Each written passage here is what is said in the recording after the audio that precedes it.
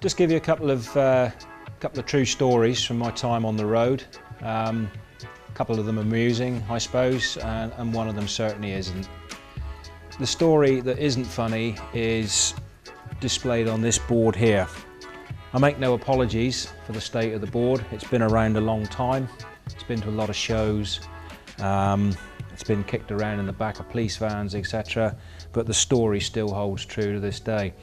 And it involves, as you can see, the major brake components from the rear brake system of a Kawasaki 125 trail bike. 2004, 19-year-old lad, did a bit of maintenance on his bike, a little bit of home repairs. And he took his rear brake apart with the intention of fitting new rear pads to it, and didn't realise that to mount the pads properly you had to take the caliper off the bike. He got the old pads out and he couldn't get the new ones in because of the increased thickness. While he's wondering what to do, his friend arrives on another bike. It's a nice October afternoon and he wants to go for a ride. So he puts it back together again as best as he can and off they go.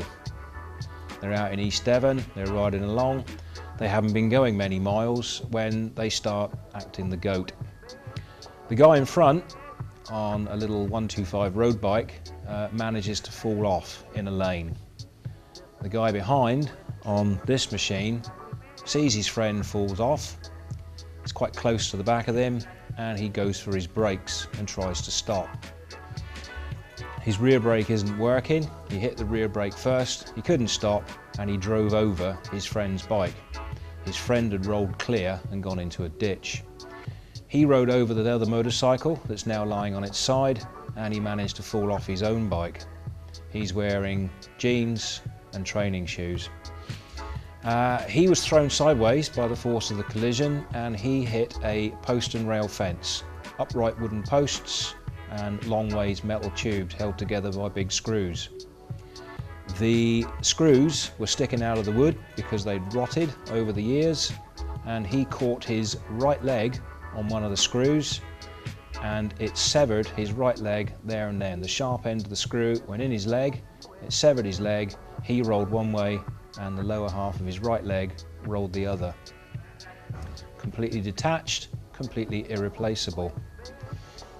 He was just waiting for the nod to go in the armed services. That never happened. The reason he crashed was poor maintenance. He didn't know how to do the brake properly, he had a go at it, he made a mess of it, he rushed it and he paid the ultimate price. So if there's something wrong with your bike and you don't know what you're doing, get help, take advice.